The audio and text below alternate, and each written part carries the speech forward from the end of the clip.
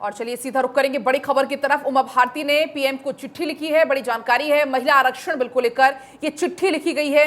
बिना ओबीसी को शामिल किए गए ये जाने पर ये बिल अधूरा है, ये उमा भारती की तरफ से कहा गया है। ये बड़ी जानकारी है। उमा भारती ने प्रधानमंत्री मोदी को ये चिट्ठी लिखी है। महिला आरक्षण बिल को लेकर ये चिट्ठी लिखी गई है। 33% आरक्षण में 50% ये आरक्षण शामिल हो। ये उमा भारती ने ओबीसी महिलाओं के लिए आरक्षण की मांग करते हुए पीएम मोदी को चिट्ठी लिखी है। साथ ही कहा है कि बिना ओबीसी को शामिल किए ये बिल अधूरा है। आपको बताएं कि आज संसद का विशेष सत्र का तीसरा दिन है और आज का दिन बहस के लिए निर्धारित किया गया। 7 घंटे का आज समय होगा। लोकसभा की कार्यवाही सुबह 11 बजे से शुरू होगी और आज पूरे दिन इस पर बहस होनी है महिला आरक्षण बिल को लेकर। बिल्कुल, तो देखिए, नारी शक्ति वंदन विधेयक में एससी एसटी या फिर ओबीसी वर्ग के लिए अलग से आरक्षण का प्रावधान नहीं दिया गया है। हालांकि संविधान के अनुच्छेद 330 के जरिए एससी व एसटी वर्ग के लिए आरक्षित की गई कुल 131 सीटों में 1/3 यानी कि 44 सीटें इन वर्गों की महिलाओं के लिए आरक्षित रहेंगी। फिलहाल इसी के ऊपर अब बहस छिड़ती हुई नजर आ रही है और आज भी चर्चा होनी है। लोकसभा राज्यसभा में बहस कार्रवाई होनी है। देखने वाली बात होगी कि क्या कुछ निकल कर आता है। आगे बढ़ते एक और बड़ी खबर आपको बता देते हैं राजस्थान से, जहां पर गृह मंत्री अमित शाह जाने वाले। आज शाम जयपुर पहुंचेंगे केंद्रीय गृह मंत्री अमित शाह। देखिए, चुनावी रणनीति को लेकर यहां पर बैठक होने वाली है। जयपुर में ही रात्रि विश्राम अमित शाह करेंगे। 21 सितंबर को दिल्ली लौटेंगे केंद्रीय गृह मंत्री अमित शाह। राजस्थान में चुनाव इस साल के अंत में होने हैं और ऐसे में आप देखिए लगातार छत्तीसगढ़ दौरे पर जाते केंद्रीय गृह मंत्री अमित शाह, मध्य प्रदेश गए, अब राजस्थान के दौरे पर जाने वाले। और क्या खास होगा यहाँ पर, ये आप जान लीजिए। यहाँ पर तमाम कार्यकर्ताओं के साथ, बड़े बड़े नेताओं के साथ मीटिंग होने वाली है। क्या आगे रणनीति बनाने वाली बीजेपी, उनको जीत का मंत्र देते हुए गृह मंत्री अमित शाह नजर आएंगे। और इसके बाद 21 सितंबर को दिल्ली वापस लौटेंगे अमित शाह। तो देखिए, विधानसभा चुनावों के मद्देनजर लगातार चुनावी राज्यों में बीजेपी के ताबड़तोड़ दौरे लगातार जारी हैं। इस बीच में गृह मंत्री अमित शाह भी जयपुर का दौरा कर रहे हैं।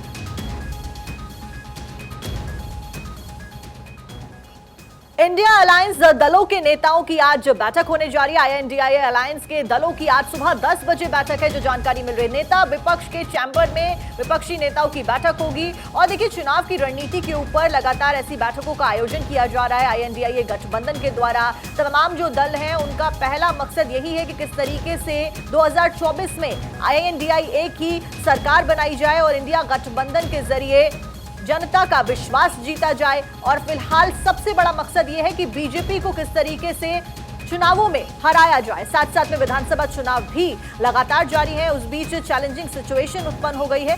क्या कुछ होता है बैठक में, लगातार नजरें भारत 24 की बनी हुई है। फिलहाल ये बैठक सुबह 10 बजे से शुरू होगी। इंडिया अलायंस दलों के नेता इस बैठक में मौजूद रहेंगे। सुबह 10 बजे ये बैठक आयोजित की गई है। नेता विपक्ष के चैम्बर में सभी नेता एकत्रित होंगे। चुनावी रणनीति के ऊपर चर्चा की संभावना जताई जा रही है।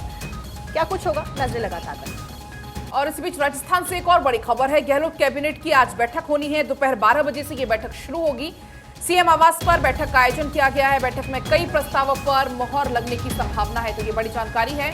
दोपहर 12 बजे इस बैठक को बुलाया गया। अध्यक्षता खुद सीएम गहलोत करने वाले हैं और इस बैठक में कई अहम प्रस्तावों को मंजूरी मिलने की पूरी संभावना है। ये बड़ी जानकारी है बैठक से जुड़ी हुई। 12 बजे से इस बैठक का आयोजन किया जाएगा। सीएम आवास पर यह बैठक होगी और अध्यक्षता खुद सीएम अशोक गहलोत करते हुए नजर आएंगे और कई अहम प्रस्तावों पर चर्चा होगी, कई मुद्दों पर मंथन होगा और साथ ही कई प्रस्तावों पर मंजूरी मिलती हुई भी नजर आएगी।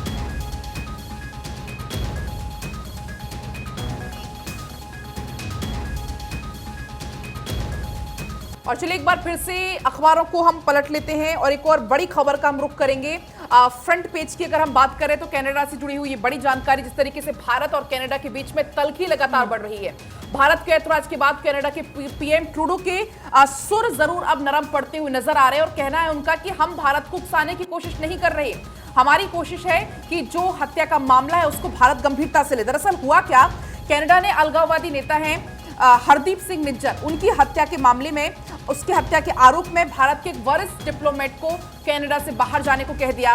तत्काल भारत ने इस पर एक्शन लिया और भारत ने भी तत्काल कैनेडियन जो डिप्लोमेट था उसको 5 दिन के अंदर अंदर भारत छोड़ने को कहा है। जैसे ही भारत की तरफ से एक्शन हुआ, उधर अब ट्रूडो के तेवर नरम पड़ते हुए नजर आ रहे हैं। ब्रिटेन ने कनाडा के दावों को भी हालांकि नजरअंदाज किया है। भारत के साथ जारी रहेगा व्यापार, ये ब्रिटेन की तरफ से कहा गया है। और इस सब को देखते हुए अब कहीं ना कहीं ट्रूडो कह रहे हैं कि भारत को हम उकसाना नहीं चाहते थे, हम भारत को उकसाना नहीं चाहते थे, हम चाहते हैं कि निज्जर की हत्या को भारत गंभीरता से ले।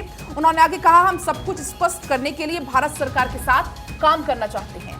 अच्छा, क्योंकि आपने ये जानकारी दी कि फिलहाल इस पूरे मामले में कल क्या हुआ, क्या बयान किसकी तरफ से दिया गया, भारत ने फिर क्या टिप्पणी की, आपने जान लिया।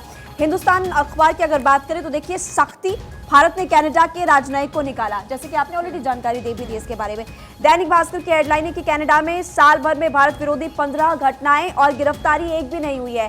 भारत 24 के सहयोगी न्यूज़पेपर ने भी फिलहाल इस खबर को प्रमुखता से बताया, जिसमें कि उन्होंने लिखा है कि India rejects Canada's claim of Nijjar death, यानी कि जो भी बयान फिलहाल ट्रूडो ने दिया है उसको बेबुनियाद, बेतुका बताते हुए फिलहाल नजर आए हैं। तो हिंदुस्तान अखबार की अगर बात करें तो देखिए, यहाँ पर जस्टिन ट्रूडो के बयान को लेकर बताया कि कैसे उन्होंने पहले बयान दिया, फिर भारत ने कहा कि ये जो बयान वो दे रहे हैं फिलहाल वो खराब है, यानी कि बेतुका है, और उनकी इस बयान को किस तौर पर देखा जाए वो देखना काफी महत्वपूर्ण। लेकिन इसी बीच चलिए आपको बताते हैं कि जो बाइडेन ने इस पूरे मामले को लेकर क्या कहा है। अमेरिका ने चिंता जताई, राष्ट्रपति जो बाइडेन ने भी चिंता जताई है। निज्जर मामले में भारत और कनाडा के बीच तनाव काफी ज्यादा बढ़ा है और G20 शिखर सम्मेलन में खालिस्तान का मुद्दा उठाया था, जैसे कि हमने ऑलरेडी कल बताया भी कि प्रधानमंत्री मोदी ने खुद उनसे बात भी की थी। और उसके बाद अब बाहर जाकर उन्होंने किस तरह से बयानबाजी की, किस तरह से ट्रूडो ने ये बात कही है, वो काफी निंदनीय है। लेकिन महिमा, सबसे महत्वपूर्ण बात ये हो जाती है कि जिस तरीके से कनाडा ने ये आरोप प्रत्यारोप का मुद्दा छेड़ा है, ये फिलहाल शांत होता हुआ नजर नहीं आ रहा है। क्योंकि दैनिक भास्कर की बात करूं तो हेडलाइन दी गई है, भारत ने कनाडा के उच्चायुक्त को तलब कर 5 मिनट में राजनयिक को देश निकाला के आदेश थमा दिया। 5 मिनट में बिना सबूतों के आप किसी भारतीय राजनयिक को इस तरीके से देश निकाला दे देंगे, बिना किसी सबूत के, बिना किसी जस्टिफिकेशन के, किस ग्राउंड्स पे इसको यहाँ देश निकाला दिया गया? सबसे बड़ा सवाल यहाँ पर ये उठता है। और देखिए महिमा, हमने सबने देखा कि जब ट्रूडो का प्लेन खराब हुआ था, भारत अगर रिश्तों की बात की जाए, क्योंकि हमारा हमेशा से मोटो रहा है वसुदेव कुटुंबकम, और यही हमारा थीम था G20 का। जब ट्रूडो का प्लेन खराब हुआ तो भारत ने दोस्ती का हाथ बढ़ाते हुए 2 दिन उनको अपने देश में रखा और बाकायदा उन्हें पीएम मोदी ने अपना प्लेन भी ऑफर किया था। हालांकि ट्रूडो ने मना कर दिया था। लेकिन अगर इसके बैकग्राउंड में जाए इस पूरी घटनाक्रम के, तो निज्जर की हत्या कर दी गई थी जून को गोली मारकर, 18 जून को गोली मारकर हत्या कर दी गई थी। अब ट्रूडो का कहना है कि सुरक्षा एजेंसी निज्जर की हत्या की जांच कर रही है और वो चाहते हैं कि कोई और इसमें हस्तक्षेप ना करे। और इसी के ऊपर कनाडा की विदेश मंत्री मेलनी जॉली ने भी बताया कि कनाडा में भारतीय खुफिया प्रमुख को बाहर का रास्ता दिखाया गया है। अच्छा, इसी बीच क्योंकि भारत के बहुत सारे लोग वहां पर रहते हैं कनाडा में, उनकी टिप्पणी भी सामने आई। दैनिक भास्कर जो है उसमें उन लोगों की टिप्पणी के बारे में दैनिक भास्कर में बताया गया। दैनिक भास्कर में ये कहा गया है कि टोरंटो से करण आनंदे को, इन्होंने ये कहा है कि 1 साल के दौरान कनाडा में भारत विरोधी 15 घटनाएं हो चुकी है और इनमें 9 सभाएं खालिस्तान के समर्थन में, 2 रेफरेंडम, 4 मंदिरों पर हमले की घटनाएं सामने आई है। ट्रूडो सरकार ने एक भी मामले में कोई गिरफ्तारी नहीं की है। यानी कि इस वक्त कनाडा में जो भारत के लोग रह रहे हैं वो भी काफी गुस्से में और कह रहे हैं कि इस तरह की कार्रवाई वहां पर एक तो सरकार नहीं कर रही, उल्टा भारत पर आरोप लगा रही है। अपने ही घर में कहीं ना कहीं जस्टिन ट्रूडो अब घिरते हुए नजर आ रहे हैं। ट्रूडो को साबित करना होगा आरोप, ट्रूडो को उठानी पड़ सकती है शर्मिंदगी। भारत और कनाडा के विवाद पर बोले हैं कनाडाई पत्रकार। कनाडा के पत्रकार की पीएम जस्टिन को यह नसीहत है और कहीं ना कहीं अब अपने ही घर में ट्रूडो घिरते हुए नजर आ रहे हैं। As I've said, India and the government of India needs to take this matter with the utmost seriousness. We are doing that. We are not looking to provoke or escalate. We are simply laying out the facts as we understand them, and we want to work with the government of India to lay everything clear. साक्षी, अब आगे बढ़ेंगे। एक और अहम जानकारी है front page की, अगर बात कर रहे थे, एक और बड़ी खबर यह है लश्कर तैयबा से जुड़ी हुई।